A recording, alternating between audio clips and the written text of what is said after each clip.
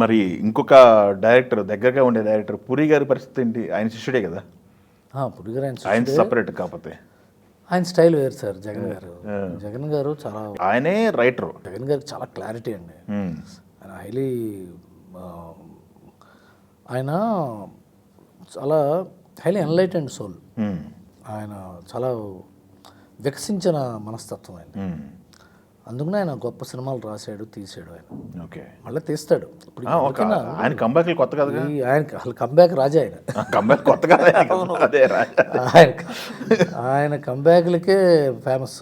Okay, మొన్న unstoppable అన్నారు చూసారా, మహేష్లో నీకు ఏం నచ్చిందంటే బన్నీ ఆయన కంబ్యాక్స్ చాలా బాగుంటాయి అన్నాడు. అసలు యాక్చువల్గా పూరి జగన్నాథ్ గారు కంబ్యాక్స్ కింగ్. ఆయన చాలా క్లియర్గా ఉంటాడు. ఆయన నిజంగా ప్రేమిస్తాడు. ఆయన ప్రేమించి, ఆయన నమ్మి ప్రేమించి, ఆయన మళ్ళీ అవతల వాళ్ళ దగ్గర నుంచి ఆ ప్రేమ నమ్మకాన్ని ఎక్స్పెక్ట్ చేస్తాడు. ఒకవేళ వాళ్ళు గనక ఈ నమ్మకాన్ని, ప్రేమని అడ్వాంటేజ్ తీసుకుంటే ఆయన బాధపడతాడు. ఆయన వెంటనే సున్నితంగా బాధపడతాడు. రామ్ గోపాల్ వర్మ గారు అట్లా కాదు. ఈయన ఎవరిని ప్రేమించడు, నమ్మడు. అవతల వాడు ఇతన్ని ప్రేమించి నమ్మితే అది వాడి కర్మ అనుకుంటాడు. ఒకవేళ ఇతను మోసపోతే అది వాడి తప్పు కాదు, నా తప్పు అని సరిపుచ్చుకుంటాడు. ఇది ఇద్దరికీ ఉన్న తేడా. Super sir. అయితే సడన్గా ఇలా వెళ్తున్న జర్నీ ఫస్ట్ తెర మీద చూసుకోవాలి, తెర మీద తీసుకొచ్చింది ఎవరండి మిమ్మల్ని యాక్టర్గా టర్న్ అవ్వాలి? మల్లేని గోపినే. యాక్చువల్గా చెప్పాలంటే ఫస్ట్ నేను కోటి రామకృష్ణ గారి సినిమా ఒకటి చేశాను, అయోధ్య అని. అవును, దాంట్లో నేను villain, young age 20 years back. Okay. ఆ తర్వాత విజయశాంతి గారు సినిమా ఒకటి రాశాను, నాయుడమ్మ. ప్రభుదేవ, విజయశాంతి గారు. Okay okay. దాంట్లో నేను ప్రభుదేవ ఫ్రెండ్, నా డెత్ ఒకటి జరుగుతుంది, నా డెత్ మీద కథ నడుస్తుంది. ఓకే. అదొక ఫుల్ లెంగ్త్ క్యారెక్టర్ చేశాను. అది డిలేలో రిలీజ్ అయింది సినిమా. అది ఆ తర్వాత నాకు ఎందుకు ఇంట్రెస్ట్ పెద్దగా రాలా, బిజీగా ఉండటం వల్ల సినిమాలు, సిట్టింగ్లు. నాకెంత సక్సెస్ అవ్వాలి, సినిమా రైటర్గానే సక్సెస్ అవ్వాలి అదొక ఉంటుంది కదా, ఆ గోల్లో ఉన్నాను నేను. అందువల్ల నేను పెద్ద యాక్టింగ్లోకి దవల. సడన్గా ఒక రోజున మల్లేని గోపి, నాకు చాలా ఇష్టమైన ఫ్రెండ్ కూడా, ఓకే, తను ఫోన్ చేసి క్రాక్లో క్యారెక్టర్ ఉంది బ్రదర్, రా డార్లింగ్ అన్నాడు. సరే అంటే పెద్ద ఉండదు, చిన్నది, సరదాగా ఉంటుంది నేను చెప్పి మార్నింగ్ 7కి రా, 8కి వెళ్ళి పంపించేస్తాను.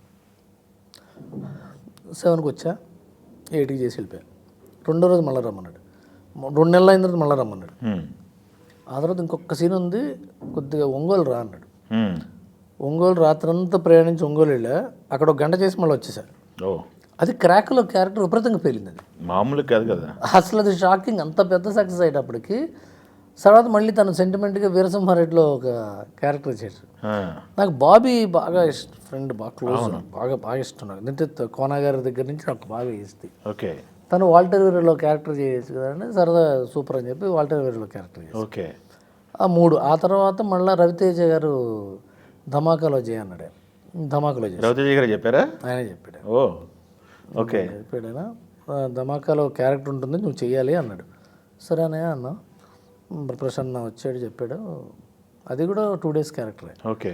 బట్ ఆ క్యారెక్టర్ సీన్లు పేలిన, ఎపిసోడ్స్ పేలినాయి. అదే ఎపిసోడ్స్ పేలటంతో బాగా ఓకే వర్కౌట్ అయింది. ఓకే, సూపర్ అండి. ఎందుకంటే ఆన్ స్క్రీన్ మీద చూస్తున్నప్పుడు ఆ సెటైరికల్ డైలాగులు చెప్పడం అనేది ఆ విరుపు కుదిరింది. ప్లస్ ఒకరికి ఒక మోడ్యులేషన్ అంటారు. మోహన్ బాబు గారికి ఒక విరుపు ఉంటుంది. అవును, ఇప్పుడు మీరు మోడ్యులేషన్ ఆ వెరైటీగా వచ్చింది అది. ఓకే. అందరూ ఎక్స్పెక్ట్, పైగా ఏంటి క్రాక్లో కొంతవరకు ఒంగోలు యాస, అందరూ నా ఒంగోలు అనుకున్నారు.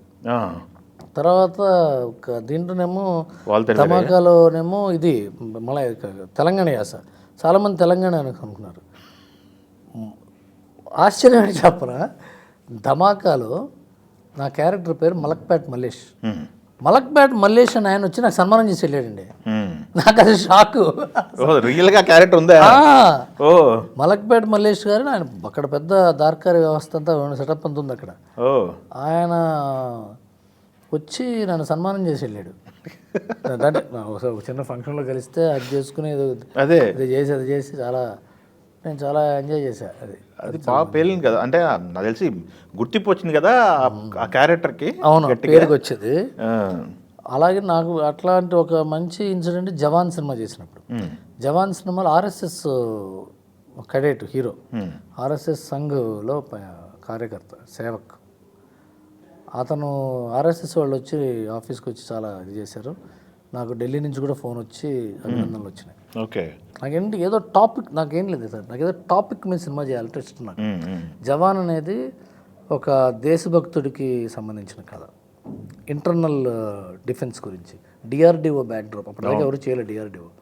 థ్యాంక్ యూ ఏమో గ్రాటిట్యూడ్ మీద కథ. మనం ఎంత ఎత్తుకు ఎదిగినా వెనక్కి తిరిగి చూసుకుంటే మన ఎత్తులో నిలబెట్టిన వాళ్ళు కొంతమంది ఉంటారు. సెల్ఫ్ మేడ్ మ్యాన్ అంటే ఎవరు కాదు, మనకు హెల్ప్ చేసిన వాళ్ళు మనం మర్చిపోతే సెల్ఫ్ మేడ్ మనం. మనకు చాలామంది హెల్ప్ చేస్తారండి. మీ ఇంటర్వ్యూ వల్ల, ఈ ఇంటర్వ్యూ నన్ను చూసి ఎవరు నాకు ఏదో అవకాశం ఇచ్చి నన్ను పైకి తీసుకొచ్చి, నేను ఆ ఇంటర్వ్యూలో చూశాను వేణు బిక్కి ఇంటర్వ్యూలో అని అనుకోండి, నా మనసులో వేణు బిక్కి గారి ఇంటర్వ్యూ వల్ల బలానా అవకాశం నాకు వచ్చిందని నేను గుర్తుపెట్టుకోవాలి. వేణు బిక్కి ఇంటర్వ్యూ ఏదో చిన్న బ్రిడ్జ్ అంతే, నా టాలెంట్ వల్ల అనుకుంటే నేను సెల్ఫ్ మేడ్. ఓకే ఓకే, మీరు నాకు చేసే సహాయం ఏదో ఆశించి కాదు, అది మీ నేచర్ కదా. చాలామంది ప్రపంచంలో ఏదో ఆశించి చేయరు, ఆశించి చేస్తే బిజినెస్ అవుతుంది. ఆశించకుండా చేసే ఎంతోమంది సహాయం వల్ల కొంతమంది పైకి వస్తారు. ఓకే, ఆ పైకి వచ్చిన వాళ్ళు ఆ సహాయాలు మర్చిపోయి మేము సెల్ఫ్ మేడ్ అనుకుంటారు. ఓకే, ఎప్పుడు దెబ్బ కొడుతుంది మనకి. అప్పుడు తిరిగి చూస్తే ఇంతమంది నాకు చేసింది, థ్యాంక్ యూ కదా, అదే థ్యాంక్ యూ కదా అమి చేసాం. కాకపోతే ఆ పీరియడ్ అలాంటిది కాదు. ఆ సినిమా రిలీజ్ అయ్యే టైంకి అవును, ఒక బింబిసార, సీతారాము, ఆ సినిమా అవి కూడా ఆగస్టులో రిలీజ్ అయినాయి. జూలై, జూన్ అన్ని ఫ్లాపుల మధ్య తెలుగు ఇండస్ట్రీ ఏంటి పరిస్థితి అన్నప్పుడు వచ్చింది థ్యాంక్ యూ.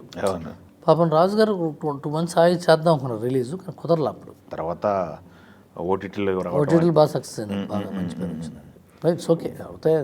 అసలు మనం జయాప్ చేయాలనేవి చాలా